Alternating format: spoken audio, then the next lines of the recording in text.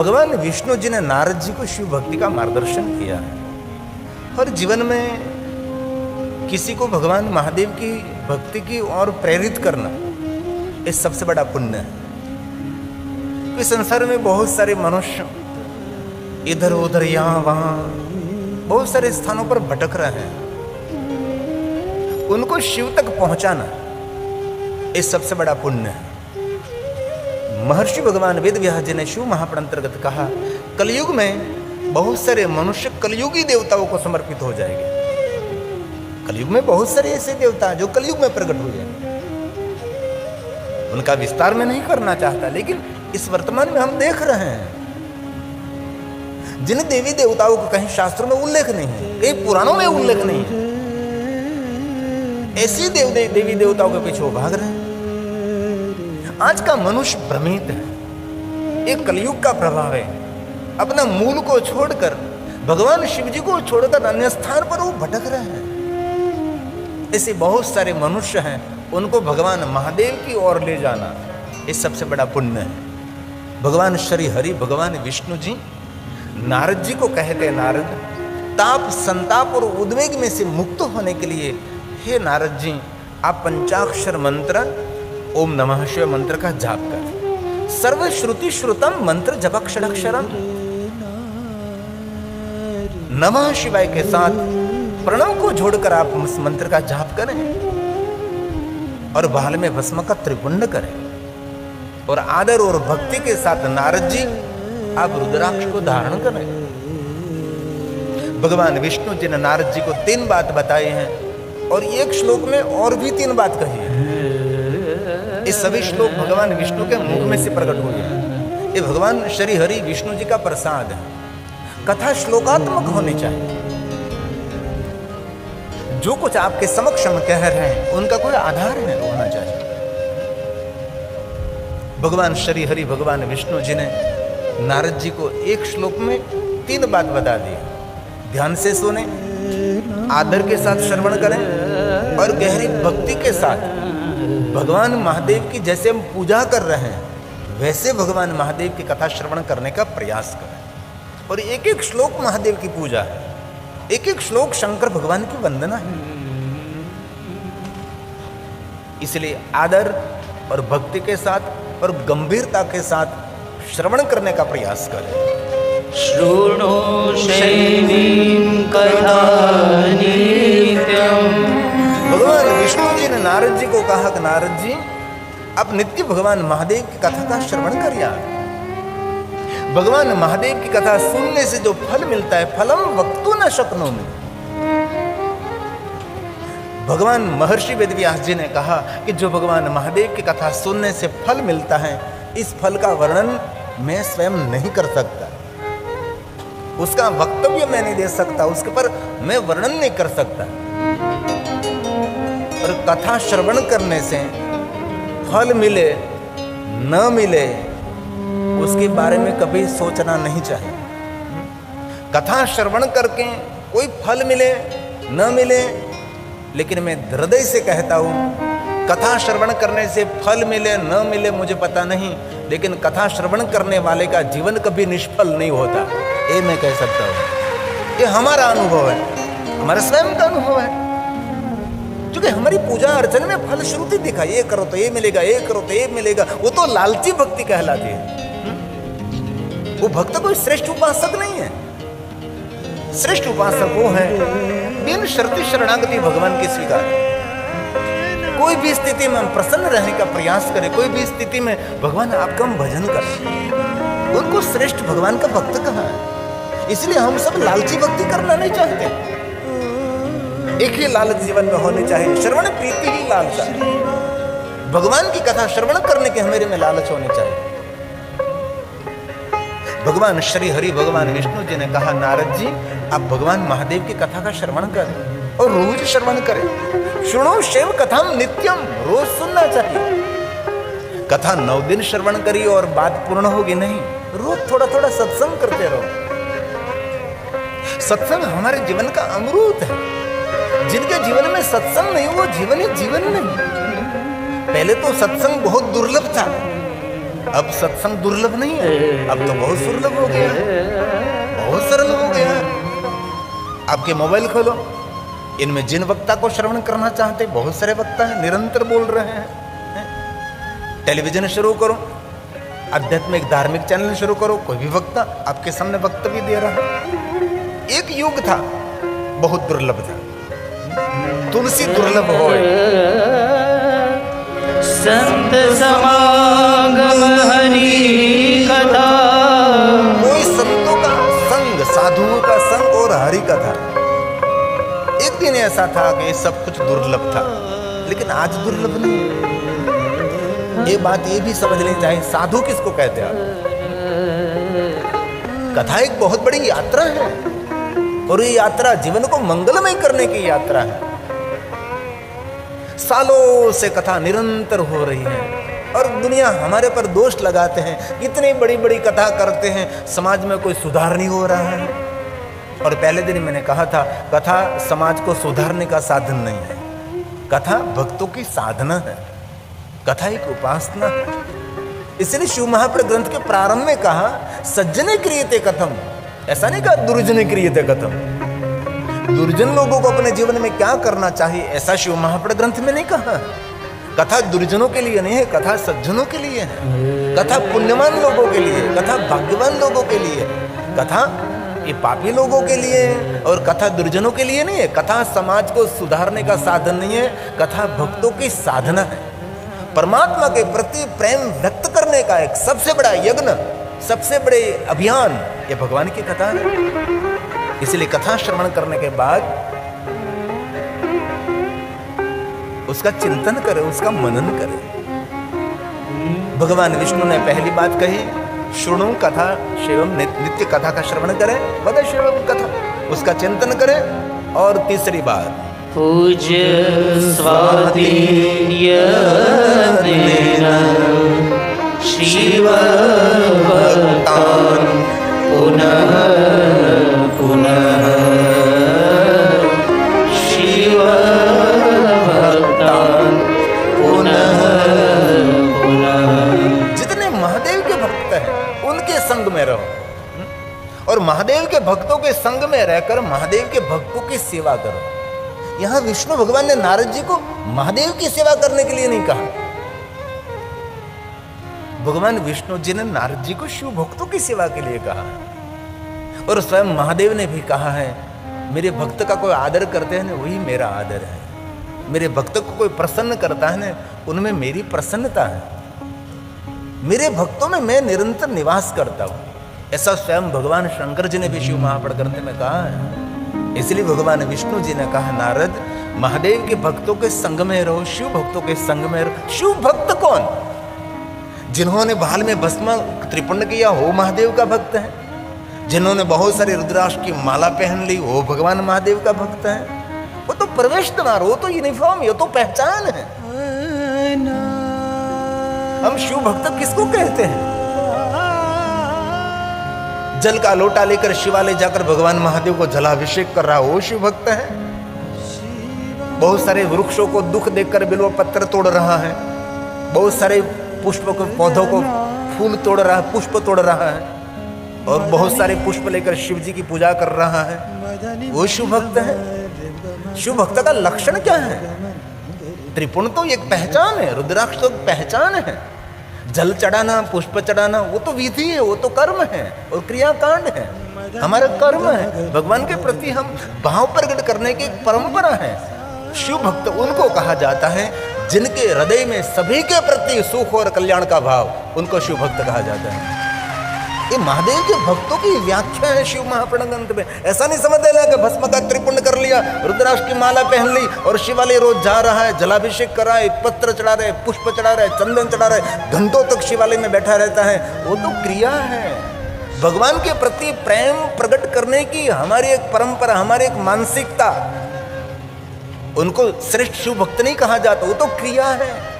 श्रेष्ठ और सर्वश्रेष्ठ शिव भक्त तो उनको कहा जाता है सबके प्रति आदर, सबके प्रति प्रेम, सबके प्रति भाव, सबके प्रति सुख और कल्याण का भाव।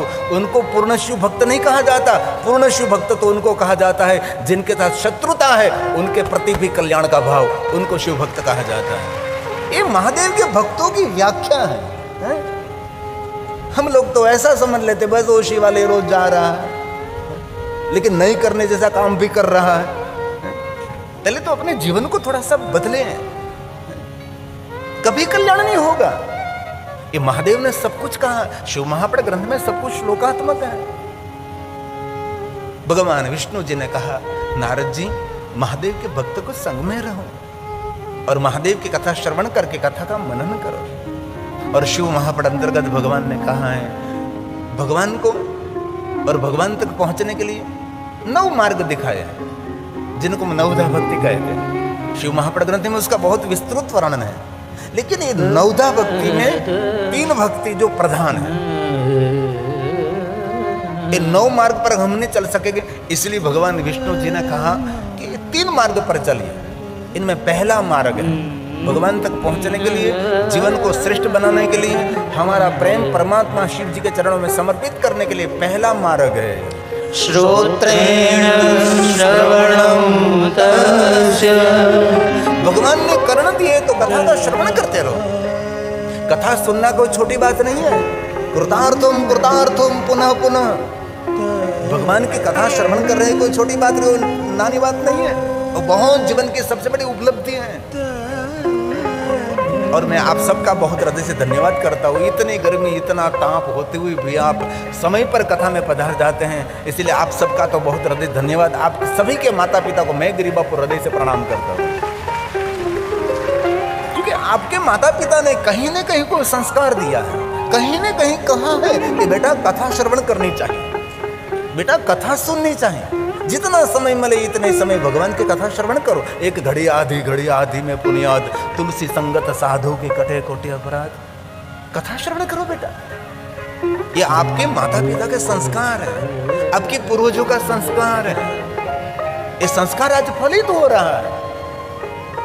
और बहुत भाई बहन आज रविवार की छुट्टी का दुरुपयोग नहीं, सदुपयोग कर रहे हैं। आज रविवार का उपयोग सदुपयोग कर रहे हैं, कथा श्रवण कर रहे हैं। इसीलिए कथा श्रवण करना बहुत सबसे बड़ी जीवन की उपलब्धि है। ऋषि मुनियों ने देवताओं को कहा, भद्रम करने विष्णुयाम देवा। ऋषि मुनियों कहा धन संपत्ति वैभव मिले, नहीं, पद पदवी मिले, नहीं, हमको तो भगवान की कथा श्रवण करने का अवसर मिले। और भद्र अब भद्र को सुनने का अवसर मिले, भद्र श्रेष्ठ कथा और श्रेष्ठ को वार्तालाप सुनने का अवसर मिले। ऋषि मुनियों ने भगवान देवताओं को कहा है, भद्रं कर्णेभिः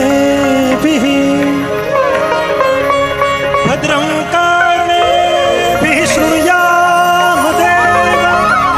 एक बार जीवन में याद रखना, कभी घर से बाहर निकल रहे हो और किसी के मुख से कोई सुंदर सुभाषित सुनने का अवसर मिल गया तो समझ लेना चाहिए आज हमारा पुण्य उदय हुआ है। क्या सही सुनने का अवसर ही नहीं मिलता। जहां देखो वहां गदवाड़ सुनने का अवसर मिलता है, सुभाषित सुनने का अवसर मिले। और कोई आपके जीवन के मार्ग में मिले ने 2 बात सुंदर सुनाइए उनको। मैं सुन देखे तो मैं 2 बात आपको सुंदर सुनाना चाहता हूँ। और किसी के दीवार पर कोई सुंदर सूत्र लिखा है, वो पढ़कर भी जीवन को सूत्रात्मक बनाना चाहते हैं, बना सकते हैं। कोई दीवार पर कोई सुंदर सूत्र लिखा है तो अभी सुनकर ये पढ़कर आपके जीवन को सूत्रात्मक बना सकते हैं। उनको जीवन कहा। इसलिए ऋषि मुनियों ने देवताओं के पास कोई वैभव नहीं मांगा। भगवान सुंदर हमको वार्तालाप सुनने का अवसर मिले, सुंदर भगवान की बातें सुनने का अवसर मिले, जीवन निर्माण करने के लिए कोई सुंदर सुभाषित मिले। और हमारे एक अभियान चल रहा है कि बहुत लोग शमशान के द्वार पर कैलाश लिखते हैं, कैलाश धाम लिखते हैं। बहुत गलत है। इतना बड़ा भारी दिव्य शब्द आपने शमशान के द्वार पर लिख दिया। और बहुत लोग ऐसा भी मानते हैं कि भगवान शिव जी शमशान का देवता है। भगवान शिव जी शमशान का देव नहीं है, भगवान शिव जी कैलाश का देव है। कैलाश किसको कहते हैं आप? हम गुजरात में निरंतर ये प्रचार प्रसार कर रहे हैं कि शमशान के द्वार पर कभी कैलाश नहीं लिखना चाहिए, क्योंकि कैलाश कोई शमशान नहीं है। कैलाश उनको कहा जाता है जहां से एक स्वर्ग नहीं, जहां से करोड़ों करोड़ों स्वर्ग का निर्माण किया जाता है। स्वर्ग का भी स्वर्ग, जहां से स्वर्ग को उतारा जाता है, जहां से स्वर्ग का जन्म लिया जाता है, जहां से स्वर्ग को निर्माण किया जाता है, उसको कैलाश कहा जाता है। अरे आपने भगवान महादेव को शमशान का देवता मान लिया, किसने कहा आपको? भगवान महादेव जी शमशान का देव नहीं, भगवान शिव जी कैलाश का देवता है, और कैलाश कोई शमशान नहीं है। श्लोक शिव महापड़ ग्रंथ का है। कैलाशे भवनं रम्यं। पूरे ब्रह्मांड में कैलाश जितना सुंदर है, इतना सुंदर कोई स्वर्ग लोक भी नहीं है, वैकुंठ लोक भी नहीं, ब्रह्मलोक भी नहीं, सूर्यलोक भी नहीं, देवलोक भी नहीं, इंद्रलोक भी नहीं, कोई लोक कैलाश समान सुंदर नहीं है। मध्य प्रदेश की तो मुझे वो पता नहीं, मुझे मालूम नहीं, यहाँ मेरा आना जाना कम रहता है, सिर्फ महाकालेश्वर आते हैं, और कोई ऐसे मध्य प्रदेश में भगवान महादेव की कथा करते तो मैं आता जाता रहता हूँ। इतना मुझे अभ्यास यहाँ का नहीं है, क्योंकि मैं आपके स्वभाव से, आपके व्यवहार से थोड़ा वंचित हूँ, क्योंकि मैं गुजरात और काठियावाड़ में रहता हूँ, गुजरात से मैं परिचित रहता हूँ, गुजरातियों के मानसिकता, उसका व्यवहार, उनकी खाने पीने से मैं परिचित हूँ, क्योंकि आपसे इतना परिचित नहीं हूँ। लेकिन ऐसे कथा करते रहोगे मध्य प्रदेश में तो आपका मैं परिचय हो जाओगे कि आपकी खाने पीने, रहने कहने, आपका स्वभाव क्या है, आपका व्यवहार क्या है, आपकी मनोदशा क्या है, बाद में मुझे धीरे धीरे समझ में आ जाएगा।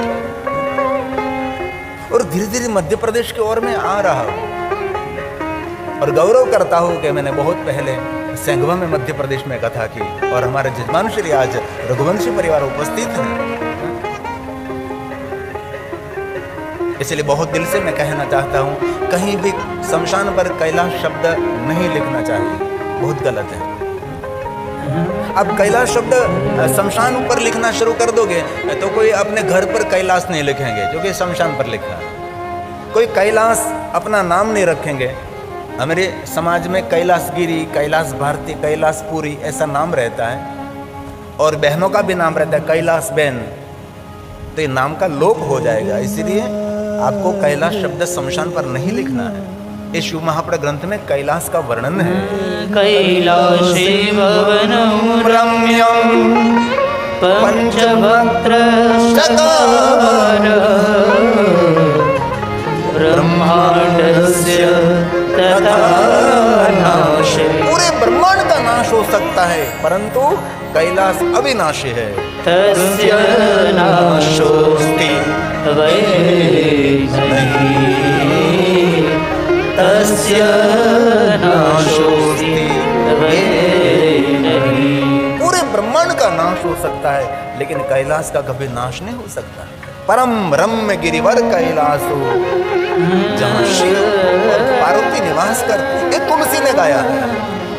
परम रम्य गिरिवरो कैलासो, जहाँ नित्य भगवान शिव और पार्वती निवास करते हैं। और निवास करते क्या करते हैं? भगवान का गुणगान करते हैं, भगवान की कथा महादेव निरंतर गाते रहते हैं, और पार्वती जी कथा का श्रवण करते हैं। ये रामचरितमानस तुलसी का प्रसाद है, परम रम्य। परम रम्य गिरिवरो कैलासो, नित्य सदा सदा जहाँ शिव उमा निवासो, सदा जहाँ शिव उमा निवासो। सिद्ध तपोधन जोगी जन सूर किन्नर स्पसही सुकृति, पुण्यवान लोग वहां रहते हैं। सुकृति मतलब श्रेष्ठ श्रेष्ठ जिन्होंने कर्म किया है, श्रेष्ठ कर्मों किया, बहुत बड़े पुण्य के यज्ञ किए, ये भगवान शिव के आसपास रहते हैं। ये रामचरितमानस दो। सिद्ध तपोधन जोगी जन सूर किन्नर मुनिजन मुनिवनंद, सुर किन्नर मुनि वृंद, लोग वहां निवास करते। बस ही जहाँ सकृति सकल, सेवही शिव सुख कंद, सेवही शिव कैलाश, ये कैलाश की महिमा। तो कैलाश कहाँ आया है? हमारे लोक में, मृत्यु लोक में कैलाश है।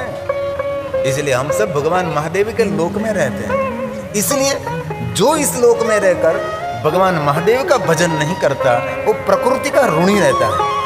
प्रकृति का ऋण है। प्रकृति का ऋण धरती धन देती है, आकाश अनुग्रह करता है, इतने सभी वृक्ष हम सबको प्राण देते हैं, ऑक्सीजन देते हैं, प्राणवायु देते हैं। प्रकृति से हमारा जीवन निर्भर है। इसलिए इस प्रकृति के ऋण में से मुक्त होने के लिए भगवान शिव का अवश्य स्मरण करना चाहिए, भगवान को याद करना चाहिए। इसलिए कहा जो महादेव का ध्यान करते हैं, भगवान शिव को याद करते हैं, उसका ही जन्म लेना सफल है। ते जन्म बाज खलु जीवलोक यो। इस जीवलोक में कौन मंगल है? जो भगवान शिव जी का ध्यान करते हैं। ये शिव महापुराण ग्रंथ का श्लोक है। ते जन्म बाज खलु जीवलोके वै सदा ध्यायन्ति विश्वनाथं। विश्वनाथ का जो ध्यान करते हैं, और भगवान शिव जी ध्यान का देवता है। पूजा तो प्रक्रिया है, जो ध्यान नहीं करता वो पूजा करता रहता है। और भगवान श्री हरि विष्णु जी ने कहा कि देवताओं, मैं आप सभी को सुंदर सुंदर शिवलिंग दे रहा हूं, लेकिन ये स्थूल शिवलिंग की पूजा करते करते आपको आत्मलिंग की ओर गति करना है। वैसे जीवन पर्यंत जल चढ़ाते रहो, चंदन चढ़ाते रहो, बिल्वपत्र चढ़ाते रहो, पुष्प चढ़ाते रहो, पूजा अर्चन करते रहो। नहीं नहीं नहीं, भगवान विष्णु ने सभी देवताओं को मार्गदर्शन दिया है, ये जीवन पर्यंत नहीं करना है। ये सिर्फ अपना मन भगवान शिव जी में लगाने के लिए ये प्रयोग है। एक बार शिव जी में मन लग गया, शिवलिंग ध्यान का प्रतीक है और शिवालय ध्यान केंद्र है। जो सही अर्थ में शिवालय हो तो, बाकी सही अर्थ में कहीं शिवालय भी दिखाई नहीं देता। शिवालय एक मंत्र है, शिवालय एक यंत्र है। शिवालय किसको कहते हैं? शिवालय की रचना कैसी होनी चाहिए, उनका भी विज्ञान है। और आप मुझे कहो, कहीं शिव जी का वर्णन आपने देखा कि महादेव जी पूजा कर रहे हैं? नहीं, पूजा का विरोधी नहीं, मैं बात समझाने का प्रयास करता हूं, आगे ले जाने के लिए मैं प्रयास करता हूं। सिर्फ आप एक धोरण में पढ़े रहो, पहले धोरण में पढ़े रहो, बस प्राइमरी स्कूल में ही आप पढ़ते रहो। नहीं नहीं, आपको आगे निकलना है, प्राइमरी स्कूल में नहीं रहना है।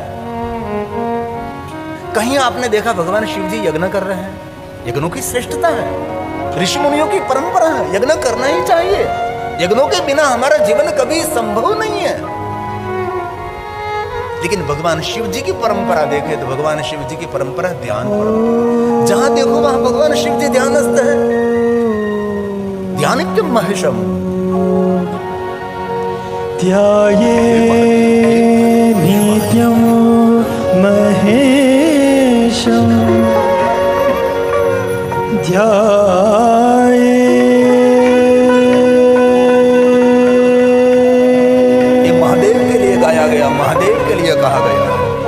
ध्याये नित्यं महेशं रजतगिरिनभं चारुचन्द्रावतंसं रत्नाकल्पोज्ज्वलाङ्गं परशुमृगवराभीतिहस्तं प्रसन्नं पद्मासीनं समन्तात् स्तुतममरगणैर्व्याघ्रकृतिं वसानम्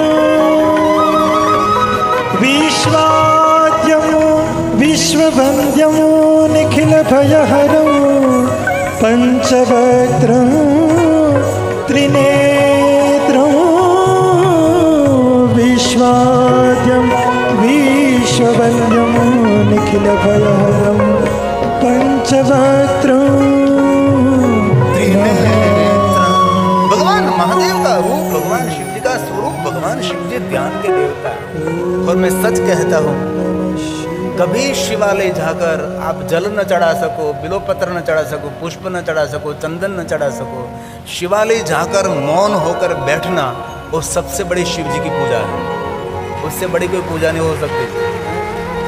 लेकिन हम शिव जी के पास जाकर कितना शोर करते हैं, नहीं नहीं, शिव जी मौन के देवता है, शिव जी ध्यान के देवता है। मन एकाग्र करने के लिए शिवलिंग ये ध्यान का एक प्रतीक है। ध्यान लिंगाय नमः, अकार लिंगाय, उकार लिंगाय, मकार लिंगाय।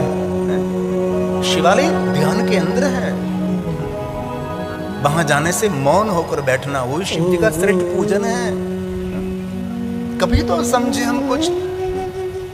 इसलिए शिव महापड़ ग्रंथ में कहा, ते जन्म भाज कलो जीवलोके ते सदा ध्यायन्ति। जो निरंतर भगवान शिव का ध्यान करते हैं उनका ही जन्म लेना सफल है। मैं नहीं कह रहा, मैं तो सिर्फ मध्यस्थी हूं। ते जन्म भाज खलु जीवलोके वै सदा ध्यायन्ति विश्वनाथम्। वाणी गुणां स्तोति कथा शृणोति। श्रोत्रं द्वयं ते भवमुद्धरन्ति। श्रोत्रं द्वयं ते भवमुद्धरन्ति। जो कोई मनुष्य भगवान शिव की स्तुति करते हैं, जिनकी वाणी भगवान का गुणगान करते हैं, जिनका कान भगवान की कथा का श्रवण करते हैं, कोई प्रयास नहीं करना पड़ेगा, बिन प्रयास वो मनुष्य भव पार हो जाएगा। इस श्लोक में कहा, वाणी गुणान स्तोत्रम कथाम सुनोति। कथा श्रवण करते रहो, वाणी के द्वारा भगवान का गुणगान। इस श्लोक में कहीं नहीं कहा। ये मूल हमारा है, मूल। लेकिन यहां तक तो कोई पहुंचता ही नहीं। दिनों किसी ने लगाया है, किसी ने पानी पाया, किसी ने बड़ा किया, और आपके स्वार्थ के लिए आप पन्ने तोड़ रहे हैं। तोड़ तोड़ कर आप महादेव को चढ़ा रहे हैं। उसकी महिमा जरूर है, लेकिन बिल्वपत्र तोड़ने का किसको अधिकार है? जिन्होंने बिल्ववृक्ष लगाया, जिन्होंने बिल्ववृक्ष की सेवा की, उसका पालन पोषण किया, बाद में इस वृक्ष का पूजन किया, आज्ञा ली कि हमारे स्वार्थ के लिए हम पत्ता लेना चाहते हैं आपके पास से, बाद में पत्र तोड़ सकते हैं। ये विधि है। एक बार हमारे जूना अखाड़े के आचार्य श्री अवधेशानंद गिरी जी महाराज ने उन पर बहुत बड़ा प्रवचन किया था। किसी को कोई पुष्प तोड़ने का अधिकार नहीं, किसी को कोई पत्र तोड़ने का अधिकार नहीं, ऐसा अवधेशानंद गिरी जी महाराज ने पूरा विवरण किया था। और हम लोग तो क्या करते हैं। इसलिए भगवान विष्णु जी ने कहा, जिनकी वाणी भगवान का गुणगान करती है, जिनके कान भगवान की कथा का श्रवण करते हैं, उसका ही जन्म लेना सफल है। बिन प्रयास वो मनुष्य भव पार हो जाएगा। ये सबसे बड़ा दुर्गुण है, कभी नहीं कहना चाहिए। हो सके तो दूसरों को दो अच्छी बात सुनाओ, उनका चित्त, उनका मन प्रफुल्लित रहे। भगवान श्री हरि भगवान विष्णु जी ने कहा, नारद जी आप भगवान महादेव की कथा श्रवण करो। नारद ने पूछा, भगवान श्री हरि भगवान विष्णु जी मुझे महादेव की कथा कौन कहेंगे? तब भगवान विष्णु जी ने कहा, नारद भगवान महादेव की कथा श्रवण करने के लिए आप ब्रह्मलोक में जाकर आपके पिता ब्रह्मा जी को कहिए। स्वयं ब्रह्मा जी आपको भगवान महादेव की कथा कहेंगे। नारद जी भगवान विष्णु को प्रणाम करके भगवान विष्णु की आज्ञा लेकर नारद जी वैकुंठ लोक छोड़कर ब्रह्मलोक में पधारे। पितामह ब्रह्मा जी सुंदर आसन पर उपस्थित थे, विराजमान थे। पिता ब्रह्मा जी को प्रणाम किया, पिता ब्रह्मा जी को साष्टांग प्रणाम किया, पिता ब्रह्मा जी को दंडवत प्रणाम किया। और दंडवत प्रणाम करने के बाद नारद ने पिता ब्रह्मा जी की सुंदर परिक्रमा की। परिक्रमा करके फिर से प्रणाम किया, फिर से साष्टांग प्रणाम किया, फिर से दंडवत प्रणाम किया। उनको कहते हैं शिष्टाचार। बड़ों के साथ हमारा व्यवहार कैसा होना चाहिए, ये नारद जी ने दिखाया है। हम पिताजी को तो प्रणाम तो करते हैं, साष्टांग प्रणाम बहुत कम लोग करते हैं, और दंडवत प्रणाम तो कभी करते ही नहीं हम लोग। और परिक्रमा की बात तो दूर दूर रही। हमारे लोग पहाड़ों की परिक्रमा करने के लिए पहुंच जाते हैं। ब्रह्मगिरी पहाड़ की परिक्रमा करते हैं, महाराष्ट्र में 14 दिन लगता है। देवगिरी पहाड़ की परिक्रमा, हमारे वैष्णव गोवर्धन पर्वत की परिक्रमा, हमारे गुजरात में गिरनार पहाड़ की परिक्रमा, और बहुत लोग कैलाश पर्वत की परिक्रमा करने के लिए पहुंचते हैं। लेकिन माता पिता की परिक्रमा करना तो हम भूल जाते हैं, कभी नहीं। और बहुत दिल से, हृदय से एक बात कहना चाहता हूं, कभी भी विष्णु की, ब्रह्मा की और शिव जी की, राम कृष्ण की पूजा न हो सके, लेकिन आपके व्यवहार से आपके माता पिता जो प्रसन्न है ना, तो दुनिया के सभी पूजा और यज्ञों का फल आपको मिल रहा है। हमारे व्यवहार से, मेरे वर्तन से हमारे माता पिता जो प्रसन्न नहीं है, तो क्या पूजा, क्या यज्ञ आपका, क्या यात्रा आपकी। सबसे बड़ा आराध्य देव तो हमारा माता पिता है, उनसे बड़े कौन हो सकते हैं? कुछ भी नहीं। ये नारद जी ने सिखाया है। नारद जी ने अपने पिता के साथ कितना सुंदर व्यवहार किया है। परिक्रमा की, इनमें से मैं किसी को पूछूं कि माता पिता की परिक्रमा की, कोई अकल दो कल निकलेगा। कोई भाग्य होगा कि जिन्होंने अपने माता पिता की परिक्रमा की होगी? कभी नहीं। इसलिए वो हृदय और भाव से आप कथा श्रवण कर रहे हैं, तो आपके घर में वयोवृद्ध माता पिता है, तो आपसे बड़ा कोई भाग्यवान भी नहीं है, क्योंकि आपके ऊपर माता पिता की छत्र छाया है। आपके घर में जीवित आपके माता पिता हैं, उससे बड़ा भाग्य क्या हो सकता है? इसलिए जीवित माता पिता की प्रसन्नता वो सबसे बड़ा पितृ तर्पण है। कि माता पिता चले जाए, उनके पीछे हम कहाँ कहाँ जाते, तर्पण करते, अर्पण करते, लेकिन जीवित कभी हमने प्रसन्नता से कभी व्यवहार नहीं किया है? भगवान की कथा हमको संदेश दे रही है। नारद जी ने पिता ब्रह्मा के साथ बहुत सुंदर व्यवहार किया। आज जुड़कर कहा, हे पिता ब्रह्मा, भगवान श्री हरि, भगवान विष्णु जी ने कहा, इसीलिए मैं आपके पास आया हूं, आप मुझे भगवान महादेव की कथा कहें। इतना नारद जी ने कहा। इसी समय ब्रह्मा अपने आसन से खड़े हो गए। आसन से खड़े होकर पुत्र नारद जी को प्रणाम करने लगे, और नारद के मन में संशय होने लगा कि मैं तो ब्रह्मा का पुत्र हूं,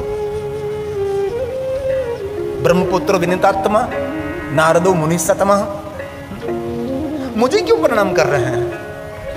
नारद ने पूछ लिया कि पिता ब्रह्मा, मैं आपका पुत्र हूं और आप मेरे पिता हैं, मैं आपको प्रणाम कर रहा हूं, वो तो हमारा शिष्टाचार, हमारी परंपरा, हमारा व्यवहार, हमारा विवेक है, लेकिन पिता मैं आपका पुत्र हूं, मुझे क्यों प्रणाम करते हैं आप? तो ब्रह्मा जी ने बहुत सुंदर धैर्य से कहा कि नारद, मुझे पता है आप मेरे पुत्र हैं, मैं आपका पिता हूं। सुनिए नारद, मैं आपको जानता हूं, आप मेरे बेटा हैं, मेरा पुत्र है। आपके मन में संशय हो रहा है कि मैं आपका पिता होकर पुत्र को क्यों प्रणाम कर रहा हूं। हे नारद, भगवान महादेव की कथा की महिमा है। इस दुनिया का कोई भी मनुष्य उनके मुख में से बोले कि मुझे महादेव की कथा श्रवण करनी है, इसी समय ये मनुष्य प्रणाम करने के लिए योग्य बन जाता है। सिर्फ मुख में से शब्द प्रकट होने मात्र से वो प्रणम्य रहता है। वो प्रणम्य सिर्फ मुख में से इतना बोलने मात्र से कि मुझे महादेव की कथा श्रवण करनी है, इसी समय वो मनुष्य प्रणम्य रहता है, ये प्रणाम करने के पात्र बनता है। ये भगवान महादेव की कथा की महिमा है। ये शब्द ब्रह्मा जी ने गाया। ब्रह्मा ने कहा, नारद विराजिए, मैं आपको भगवान महादेव की कथा कहूं। अब शिव कथा शुरू हो रही है। अब शिव कथा के द्वार खुल रहे हैं। कोई लोग सोचे गया चौथा दिन आ गया, अब शिव कथा शुरू कर रहे हैं। अगले तीन दिन उसने क्या किया होगा? कथा के द्वार खुलते हैं। कथा के एक के बाद उसका द्वार खुलता है। कथा कहाँ चलती, कैसे चलती है, ये कथा की महिमा है। ब्रह्मा ने कहा, विराजिए नारद, मैं आपको भगवान की कथा कहूं, लेकिन आपको मैं भगवान की कथा इसीलिए कहूं, लोका नाम हित कामया, जगत हित के लिए, लोक हित के लिए, सबके मंगल और कल्याण के लिए मैं आपको भगवान महादेव की कथा कहूं। कथा किस लिए है? हमारे सबके हित के लिए, हमारे सबके कल्याण के लिए है। इतने बड़े जजमान श्री, इतने बड़े स्वयं सेवक, कितना बड़ा परिवार, शिव परिवार, सबने मिलकर कथा क्यों की? यहाँ कोई प्रलोभन नहीं है। यहाँ श्रोताओं के पास कुछ मांगा भी नहीं जाता। ये मुझे बहुत अच्छा लगता है। श्रोताओं के पास माग करना, वो कथा की गरिमा नहीं है। कोई अपनी इच्छा के अनुसार कुछ योगदान देता है, अलग बात है, लेकिन मांगते रहे, वक्ता भी मांगता रहता है, आयोजक भी मांगता रहता है। लेकिन मैं धन्यवाद देता हूँ इस शिव परिवार को, यहाँ किसी के पास आप मांगते नहीं है, बस आप कथा में आइए, कथा श्रवण करें। ये बहुत बड़ी उपलब्धि है जीवन की, है? कथा एक साधना होनी चाहिए, कथा एक अनुष्ठान होना चाहिए। इस शिव परिवार ने सबने मिलकर कथा क्यों की? सबका हित हो, सबका कल्याण हो, सबका मंगल हो, हमारे सबके जीवन का कुछ निर्माण हो सके, हमारे व्यवहार बदले, हमारी वाणी बदले, हमारी खानी बदले, हमारी पीढ़ी बदले।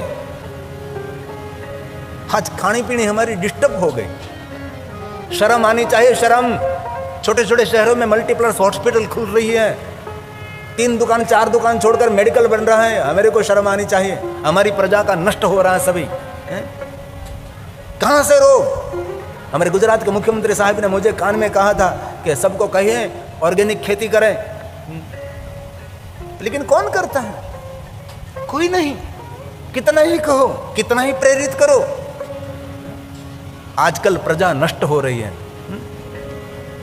शर्म आनी चाहिए। 25 साल 30 साल 35 साल के लड़का को एसिडिटी हो रही है, गैस की प्रॉब्लम हो रही है, कुछ खा नहीं सकता, खाने पीने की हमारी कोई परहेज नहीं है। ये कोई जीवन है? और एक बात याद रखना, जीवन जीने का साधन फर्नीचर नहीं है, जीवन जीने का साधन राजमहल नहीं है, जीवन जीने का साधन धन संपत्ति वैभव जमीन जागीर जीवन जीने का साधन नहीं है। जीवन जीने का साधन है तंदुरुस्ती से भरा हुआ शरीर, वो जीवन जीने का साधन है। साधन धाम मोक्ष कर द्वारा पायन जेहि परलोक सवारा, ये साधन जीवन जीने के लिए। आरोग्य नहीं है, आप भिखारी हैं। आपके पास आरोग्य नहीं है, आप जैसे कोई भिखारी नहीं है। कुछ खा नहीं सकते, कुछ पी नहीं सकते, नींद नहीं आ रही है, हताशा निराशा व्यापी है, डिप्रेशन में है। खा खा कर कितना बड़ा पेट बना दिया आपने, शर्म आनी चाहिए आपको। ये कोई जीवन है? रोगिष्ट जीवन, रोगिष्ट शरीर। इसीलिए धन कम एकत्र हो सके कोई तकलीफ नहीं, जमीन थोड़ी कम एकत्र हो सके, मकान भी थोड़ा सा छोटा हो, घर में फर्नीचर भी थोड़ा कम हो, कपड़े भी थोड़े सादे पहने, सोने चांदी के आभूषण भी न हो, चलेगा, सब कुछ चलेगा। लेकिन आरोग्य नहीं है तो आपका जीवन कभी चलने वाला नहीं है। इसलिए आज से आरोग्य का ध्यान रखना है, आज से आरोग्य का ध्यान रखना है। मेरे युवान भाइयों बहनों को मैं हृदय से प्रार्थना करता हूं, थोड़ा जल्दी उठो। सूर्य उदय होने के बाद सोया रहता है और कफ और पित्त का दर्दी बनता है। थोड़ा सा उठो, सुबह सुबह में थोड़ा सा ब्रह्म मुहूर्त में जागो, व्यायाम करो, प्राणायाम करो, शरीर के प्रति थोड़ा सावधान रहिए। कुछ भी नहीं कर रहे हैं आप, सोया रहते हैं। और रात को 9-9 10-10 बजे आप खाते हैं। ये कोई हमारे सिस्टम है? ये कोई हमारी परंपरा है?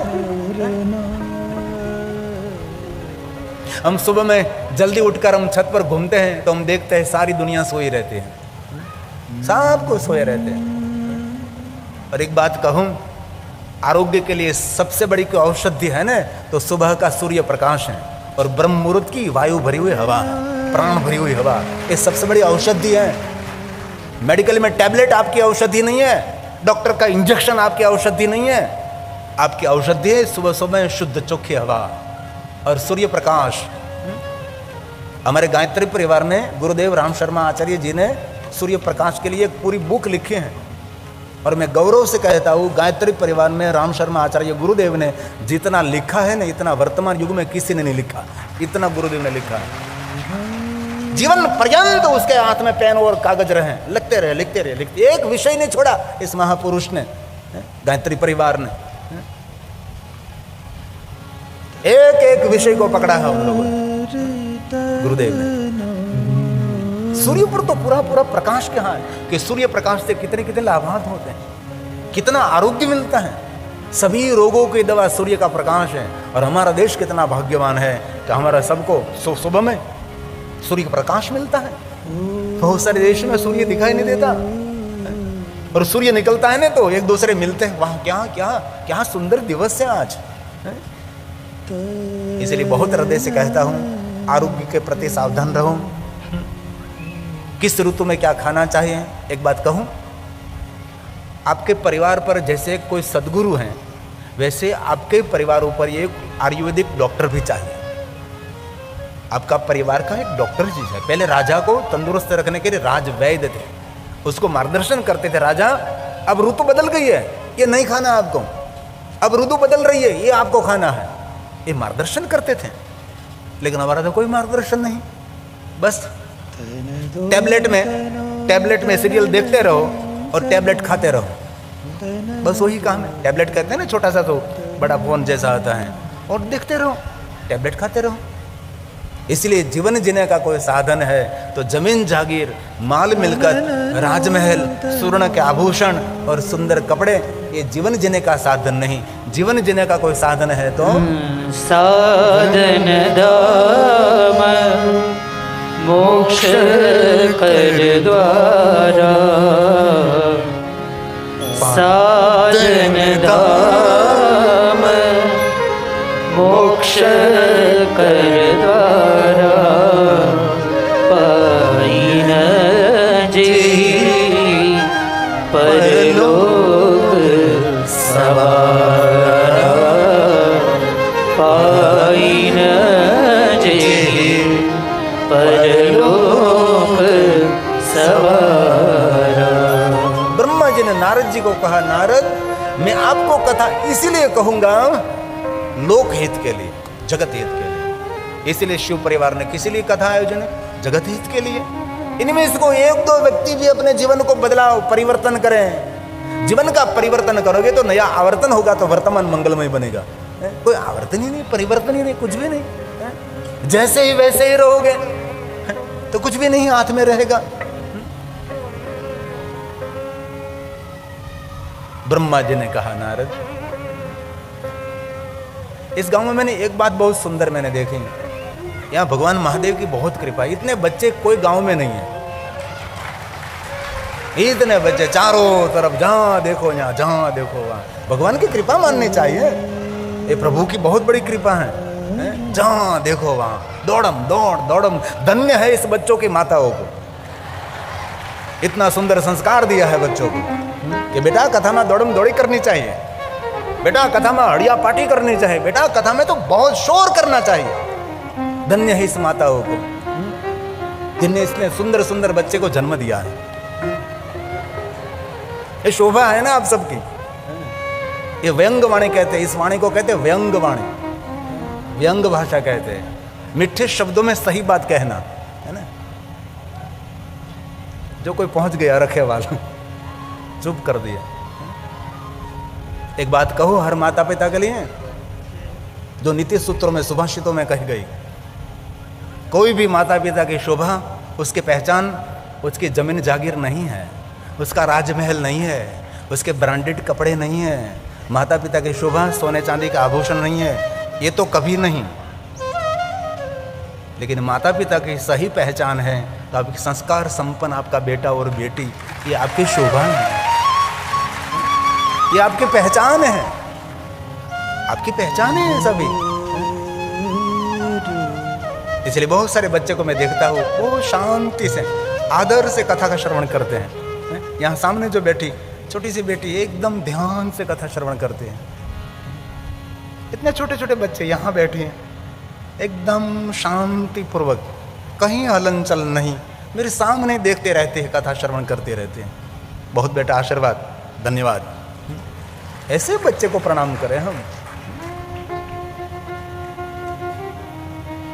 हमारे गुजराती में कहे, घनी बार छोकराओ बहुत तोफानी हो ने तो एम के हूँ खाए ते जन्म आप्यो छे, शू खाधु आने जन्म आपते समय। और आजकल ज्यादातर माता पिता वही शिकायत करते हैं बेटा और बेटी की। अब ब्रह्मा जी कथा का द्वार खोल रहे हैं, सुनिए ध्यान से। ब्रह्मा जी बोल रहे हैं, ब्रह्मा जी क्या बोल रहे हैं? हे नारद, हे साधु, हे साधु, हे साधु।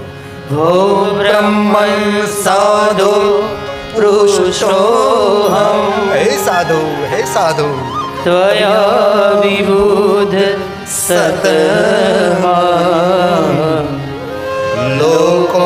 लोकोपकारिणा नित्यं लोकानां हितकाम्यया,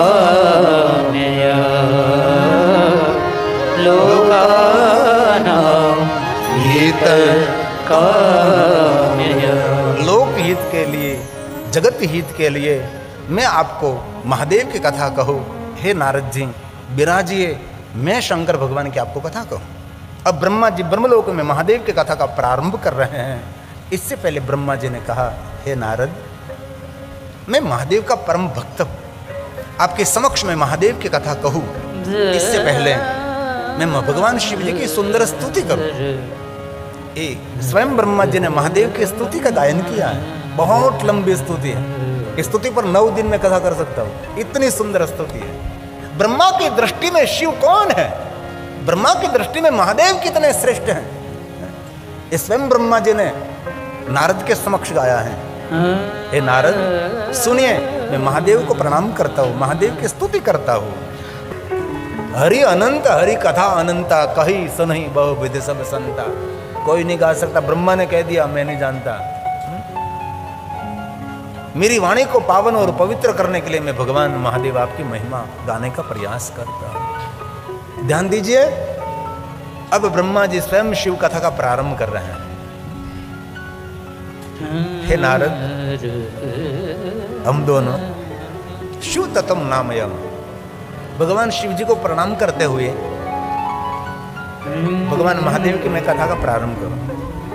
हे नारद, जब शिव महाप्रण कथा का प्रारंभ होता है ना, सर्व पाप क्षयो भवे, सभी पापों में से मनुष्य मुक्त हो जाता है कथा प्रारंभ होने मात्र से। अब ब्रह्मा जी ब्रह्मलोक में महादेव की कथा का प्रारंभ कर रहे हैं। यश्रुत्वा सर्वलोकानां, जगत को पावन करने के लिए, जगत का हित करने के लिए, मनुष्य मात्र के पापों में से मुक्त करने के लिए ब्रह्मा बोले, स्वयं ब्रह्मा जी, सर्व पाप क्षयो भवे,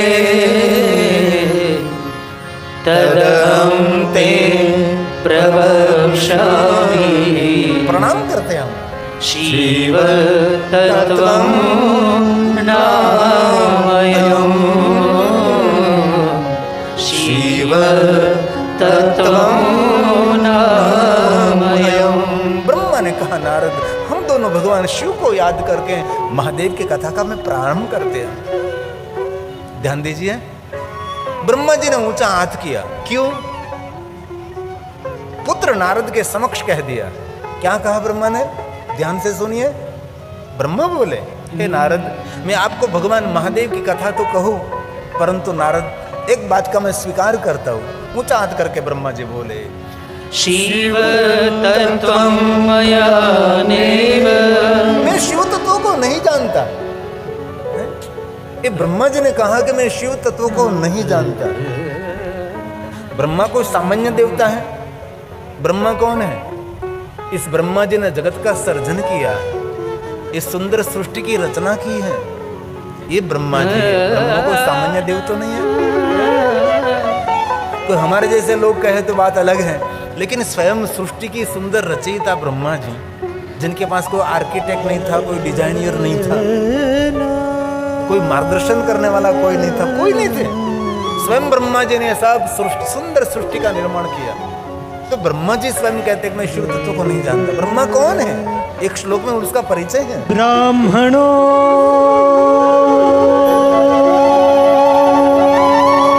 से मुखमासित, ये ब्रह्मा जी है। ब्राह्मणो से मुखमासित बाहुराजन्यः, कृतः ऊरु ततस्य द्वैष्यः, पद्भ्यां कुक्षुद्रो जायत।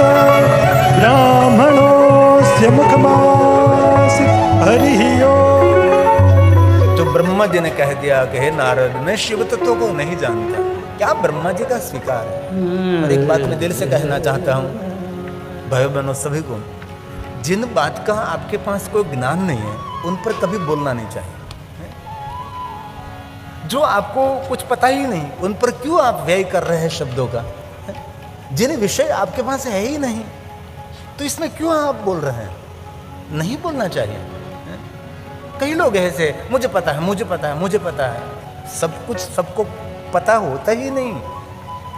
इसलिए जीवन में आगे बढ़ना, जो आपको पता नहीं स्वीकार लीजिए, मुझे मालूम नहीं, बस हो गई बात, पूर्ण हो गई, मुझे पता नहीं। ब्रह्मा जी का सबसे बड़ा सद्गुण मुझे पता नहीं क्या ब्रह्मा जी ने कह दिया। शिव तत्त्वं मया नेव विष्णुनापि यथारथः। विष्णु भी थोड़ा सा जानते हैं, विष्णु आप यथारथ थोड़ा सा जानते हैं। किसी को पता नहीं कौन है कहाँ है, कोई किसी को ज्ञान नहीं। ब्रह्मा ने कहा ज्ञातज च परमं रूपं मद्भूतं च परेण मद्भूतं च परेण। अद्भुत अलौकिक कोई परम तत्व है जिनका कोई रूप नहीं, रंग नहीं, आकार नहीं। निराकार मोकार मूलम तुर्यम गिरागनानुभूतिमिशम गिरिशम करालम महाकाल कालम कृपालम गुणागार संसार पार। कोई तो है। अहम निर्विकल्पो निराकार रूपो विभुर व्याप्त सर्वत्र। कोई तो है। कौन है, कहाँ है, पता ही नहीं। ईश्वर सबसे बड़ा कवि है। उसने लिखी हुई कविता का खुद अभिनय कर रहा है। वही प्रकृति है, ये दुनिया है। इस पूरे ब्रह्मांड में ये पृथ्वी का कोई अस्तित्व नहीं, तो हमारा अस्तित्व कैसे हो सकता है? दुर्लभो मनुष्य देहु देही नाम क्षणभंगुर। कम साल रहना यहाँ, 100 साल एक कोई जिंदगी है। इसीलिए शांति से आप जिए, दूसरों को शांति से जीने दीजिए।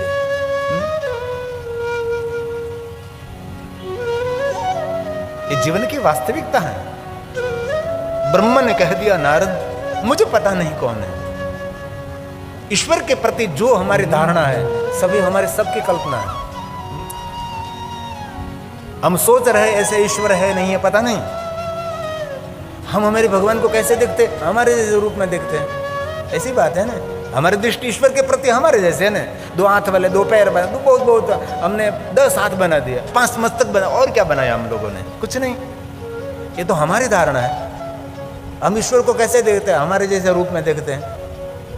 पशु कैसे देखते होगे? पशु के रूप में देखते होगे, है ना। पक्षी कैसे देखते? तो पक्षी के रूप में ईश्वर को देखते होगे।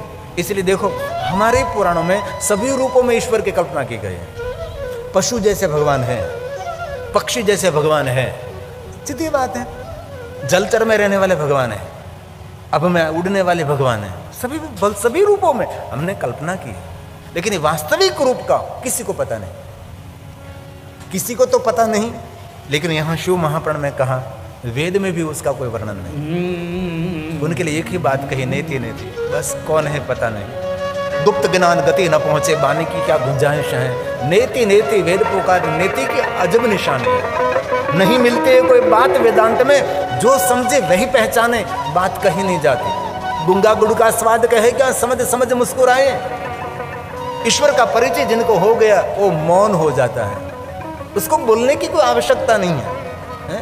गुंगा व्यक्ति गुड़ खाता है तो कभी गुड़ का वर्णन नहीं कर सकता, क्योंकि उनके पास बोलने की कोई शक्ति नहीं। जिनको ईश्वर का परिचय हो गया उसको बोलना बंद कर देते हैं, मौन हो जाता है। वो बोलने के लिए कुछ रहता ही नहीं, कुछ भी नहीं रहता। इसलिए ब्रह्मा जी ने कहा नारद, वेद जिनको कहते बस कोई है जो अंत रहित है। ब्रह्मा बोले अविदते सचकितं। वेद चकित भयभीत कंपन का अनुभव करते हैं, पता नहीं कौन है कहाँ है। वेद की वाणी जहाँ रुक जाती है वहाँ हमारी वाणी का तो कोई मूल्य ही नहीं, समझो। ये शिव महापुराण ग्रंथ के श्लोक है, ये श्लोकात्मक कथा है, सूत्रात्मक तो है ही। आज सुबह में लोग मुझे मिलने के लिए आए, लेकिन मुझे खुशी नहीं हुई। क्यों नहीं हुई? बीमार लोग मेरे पास आ रहे हैं। बीमार, मैं डॉक्टर हूं, डॉक्टर हूं तो यहां आ सकता हूं, बड़ा हॉस्पिटल बनाकर लोग को इलाज करूं। बीमार लोग, घुटन दुख रहा है, पेट में दुख रहा है, तबीयत ठीक नहीं रह रही है। इतनी हमारी कोई मानसिकता नहीं है कि साधु संतों के पास कैसे प्रश्न लेना चाहिए। क्या लोग मानसिक बीमार हैं? मिलने का दिन इसीलिए हम रखते हैं कि लोगों की मानसिकता का पता लगे, ये लोग कहाँ पहुंचे हैं, कहाँ रुके हैं। बस इतने ही रुके हैं। मेरा बिजनेस ठीक से नहीं चल रहा है, बिजनेस मोटिवेशन को मिले, जो आपको मार्गदर्शन करेंगे ऐसे बिजनेस करना चाहिए, ऐसे करना चाहिए, ऐसे ऐसे स्टेप में आना चाहिए, उसके मोटिवेशन कार्य हैं जो बिजनेस में गाइड करते हैं आपको, हैं? और शरीर में बीमारी है तो कोई श्रेष्ठ डॉक्टर और वैद्यों के पास पहुंच जाइए और कहिए कि मुझे ये हो रहा है, ये हो रहा है, आपको मार्गदर्शन करेंगे। हैं? कैसे लोग बीमार है दुनिया में, क्या इलाज करें इन लोगों का?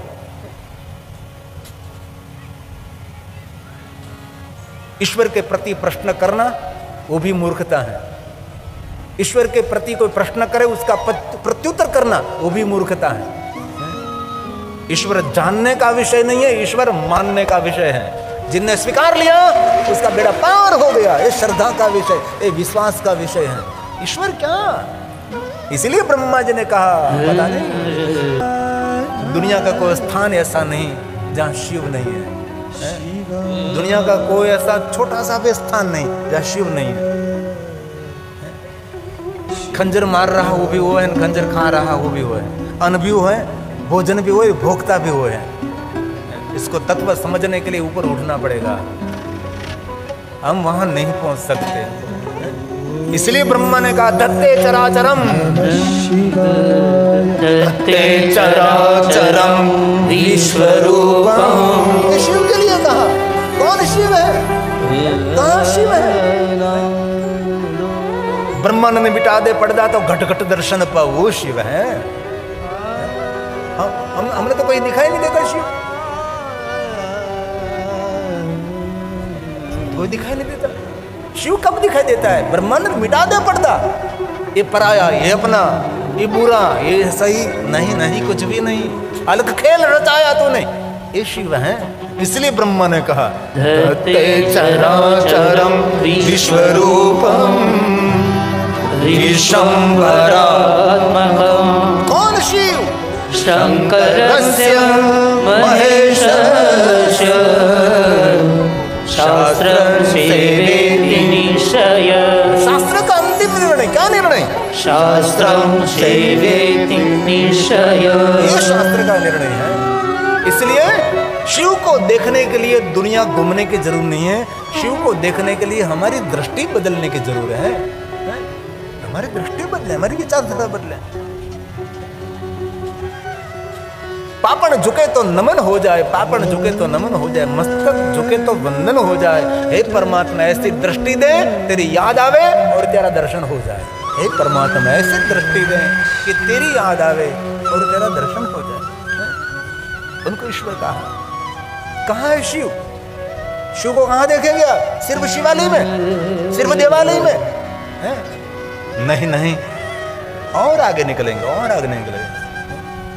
ये सूर्य, ये शिव है। सूरज, यही चंदा। सूरज तू है, चंदा तू है। देखना है शिव को, ये बात याद रखिए। एक बार आपकी दृष्टि बदल जाए तो पूरी दुनिया बदल सकती है? आपकी रहन सहन बदल सकती है, आपकी दुनिया बदल सकती है। और कथा सुनकर शिव जी के नाम का नशा आपको न लगे ना तो कथा सुनी नहीं सुनी कहलाती है। नशा लगना चाहिए कथा का, कथा श्रवण करके भाव बढ़ना। आपकी आंखों में कथा दिखाई नहीं चाहिए, आपकी आंखों में कथा दिखाई नहीं देनी चाहिए, आपकी आंखों में भाव दिखाना चाहिए, आपकी आंख भीगी हुई होनी चाहिए, आपकी आंखों में जल होना चाहिए। शिव जी को जल चढ़ाते चलाते हमारी जिंदगी निकल गई, कुछ नहीं हुआ। लेकिन शिव जी को याद करते करते आंख में से जल निकल गया, हो गया अभिषेक महादेव का, हो गया शंकर जी का अभिषेक। लोटा लेकर आते, जल चढ़ाते हैं, जल चढ़ाते चढ़ाते जीवन निकल गया। लेकिन जीवन तो तब सार्थक होगा महादेव को याद करते करते, जल चढ़ाते चढ़ाते नहीं, आंख में से जल निकल गया बाबा तुझे याद करते करते, तब जीवन सार्थक होगा। इसलिए कौन शिव?